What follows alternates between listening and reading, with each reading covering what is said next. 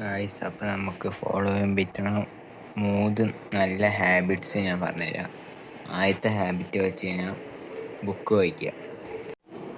ഒരു ദിവസം ഒരു 2 പേജൊക്കെ വായിച്ചു കഴിഞ്ഞാൽ വളരെ നല്ലതാണ്. ഒരു 2 പേജ് വായിക്കാൻ പറ്റുന്നവർ ഇങ്ങനെ വായിക്കുക. അത് പറയുമ്പോൾ നമുക്ക് പല പല കാര്യങ്ങൾ ഇമ്പ്രൂവ് ചെയ്യും. ആദ്യം തന്നെ നമ്മുടെ വായിച്ച് അണ്ടർസ്റ്റാൻഡ് ചെയ്യാനുള്ള കഴിവ് അത് വർദ്ധിപ്പിക്കും. പിന്നെ വന്നിട്ട് രണ്ടാമത് നമ്മളിങ്ങനെ സൈലൻ്റ് ആയിരിക്കുക. ഒരു ദിവസം ഒരു 10 മിനിറ്റ് സൈലൻ്റ് ആയിരുന്നാൽ മതി. 10 മിനിറ്റ് സൈലൻ്റ് ആയി കഴിഞ്ഞാൽ നമുക്ക് നമ്മുടെ ആ ദിവസത്തെ ചേഞ്ചസ് ഒക്കെ മനസ്സിലാക്കാൻ പറ്റും. 10 മിനിറ്റ് സൈലൻ്റ് ആയിരുന്നാൽ മതി. പിന്നെ മൂന്നാമത്തത് പറയുമ്പോൾ മെഡിറ്റേറ്റ് ചെയ്യുക.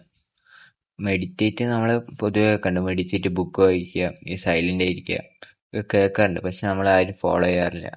ഇങ്ങനെ ഫോളോ ചെയ്യുന്നതുകൊണ്ട് എന്താ ഗുണം വെച്ച് കഴിഞ്ഞാൽ മെഡിറ്റേറ്റ് പറയുമ്പോൾ നമ്മുടെ കോൺസെൻട്രേഷൻ കൂട്ടും. പിന്നെ ബുക്ക് വായിക്കുന്നത് കൊണ്ട് നമ്മുടെ ഇത് കൂടും, വേ ഓഫ് അണ്ടർസ്റ്റാൻഡിങ് കൂടും.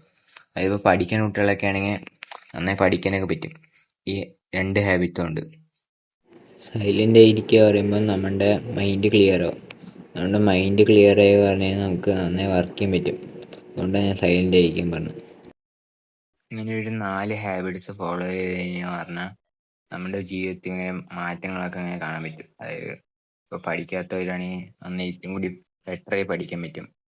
നല്ല കോൺസെൻട്രേറ്റഡ് ആവാൻ പറ്റും. അപ്പോൾ നമ്മൾക്ക് കോൺസെൻട്രേഷൻ വേണ്ട, എല്ലാത്തിനും കോൺസെൻട്രേഷനാണ് അത്യാവശ്യം. അപ്പോൾ ശരി ഗൈസ്.